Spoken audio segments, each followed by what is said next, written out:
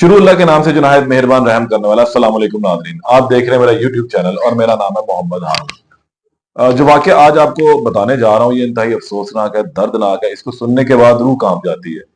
क्या वाकई ही कोई शख्स ऐसा कर सकता है? क्या वाकई सगे माँ बाप इतने संगदिल हो सकते हैं? आखिर ऐसी कौन सी वजह है कि जो इंसान को इस एक्ट के ऊपर मजबूर कर देती है? फिर जब ये एक्ट हो जाता है तो फिर काला जादू, तशद्दुद और नफसियाती मसाइल जैसे अल्फाज का सहारा लिया जाता है और इनकी आड़ में बचने की नाजायज कोशिश भी की जाती है। लेकिन बहरहाल दुनिया के जो तरक्की याफ्ता मुल्क है वहां पर कवानीन की अमलदारी और पासदारी बहुत ही जबरदस्त की जाती है। इंसाफ का निज़ाम इतना मजबूत है कि वो पाताल में से भी लोगों को निकाल लाते हैं। कुछ ऐसा ही वाकया जो है ये रूनमा हुआ बरतानिया के शहर लंदन में, उसके एक इलाके सिरे में, जहां पे 10 साला सारा शरीफ को इसके वालिद, सुतेली माँ और सगे चाचा ने बेदर्दाना तशद्दुद करके मौत के घाट उतार दिया। ये गुज़िश्ता साल अगस्त का वाकया है जब सारा शरीफ की लाश जो है उनके घर में से बरामद होती है और ये वहां पर अपनी सुतेली माँ, बाप और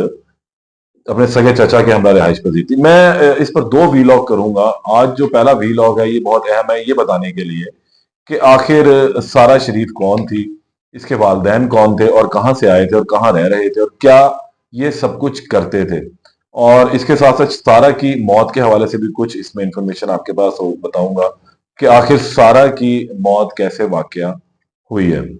अच्छा, सारा के जो वालिद हैं इनका नाम इरफान शरीफ है और ये बरतानिया में कैब चलाते हैं, यानी कि टैक्सी चलाते हैं। ये सारा के वालिद ने तलाक के बाद अपनी पहली बीवी के जो थी उसको तो उन्होंने छोड़ दिया था और सारा अब अपने वालिद की तलाक के बाद जो अपने वालिद के ही हमरा रहती थी और इनकी सुतेली माँ जो है इनको भी उसके साथ रिहाइश पजीर थी।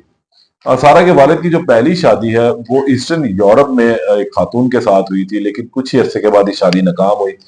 लेकिन इनकी एक बेटी थी सारा शरीफ, उसका नाम रखा गया था। इस तलाक के बाद इरफान शरीफ ने एक खातून जो वहीं की रिहाइश पजीर थी उनसे कुछ ताल्लुकात बना रही थे। इरफान का ताल्लुक जो है वो पाकिस्तान के इलाके जेलम से है और गुज़िश्ता काफी अरसे से वहां पर मुकीम भी है। इस दौरान इसकी प्यार की जो पींगे हैं वो बढ़ती चली गई और फिर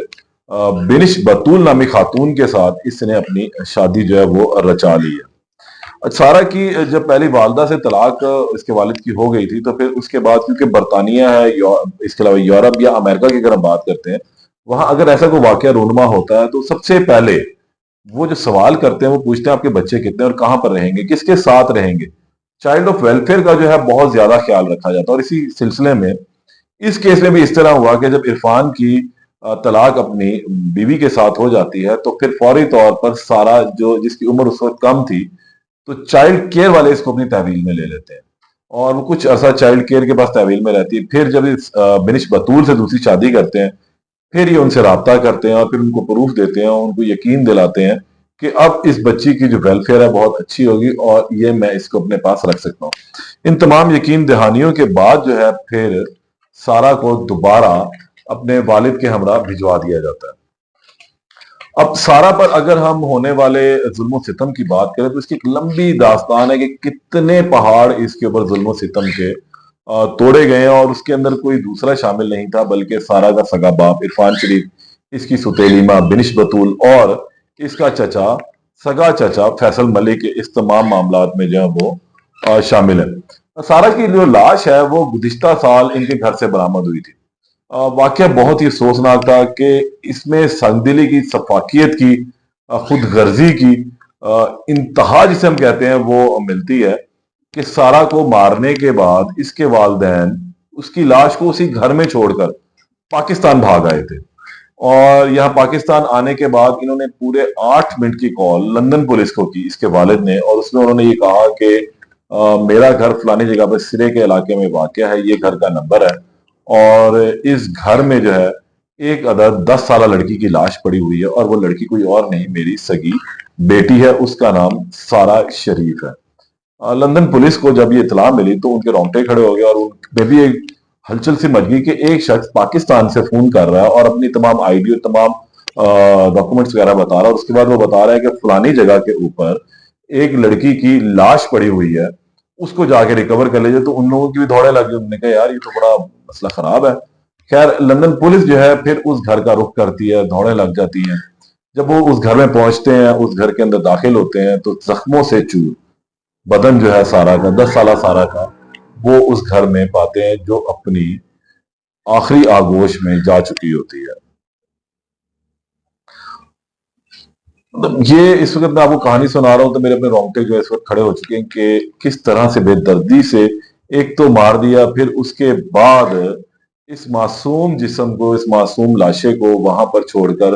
یہ بزدل سنگ دل لوگ جو ہیں وہ پاکستان بھاگ گئے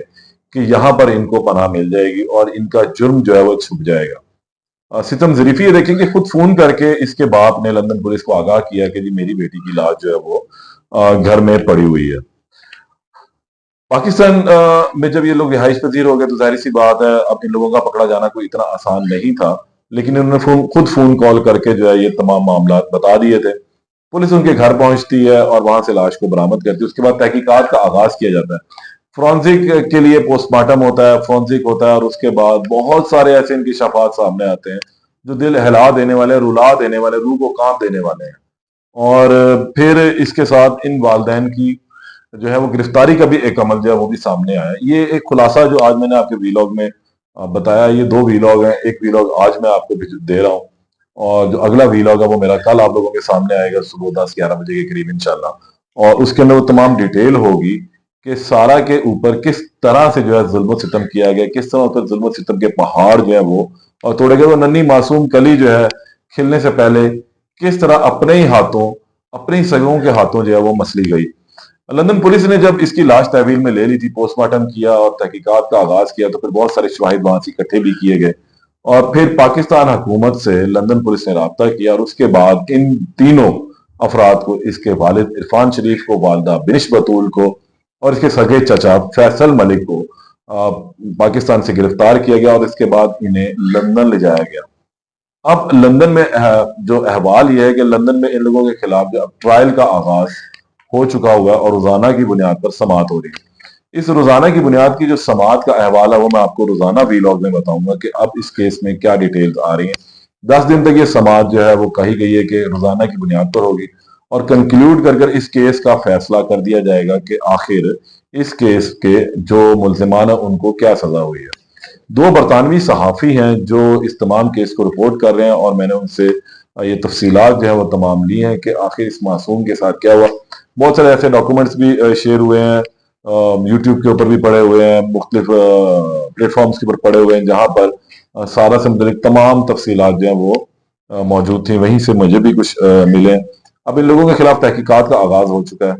اگلے ویلاگ میں آپ کو بتاؤں گا کہ اصل حقائق کیا تھے، سارا کے ساتھ آخر کیا ہوا،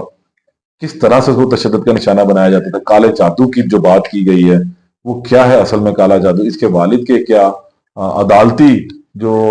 سماعت کا آغاز ہوا اس کے اندر اس کے والد نے کیا کیا انکشافات کی، یہ تمام آئندہ 2 ویلاگز میں جو ہے وہ آپ کے سامنے رکھوں گا۔ تب تک اجازت دیں، اللہ نگہبان۔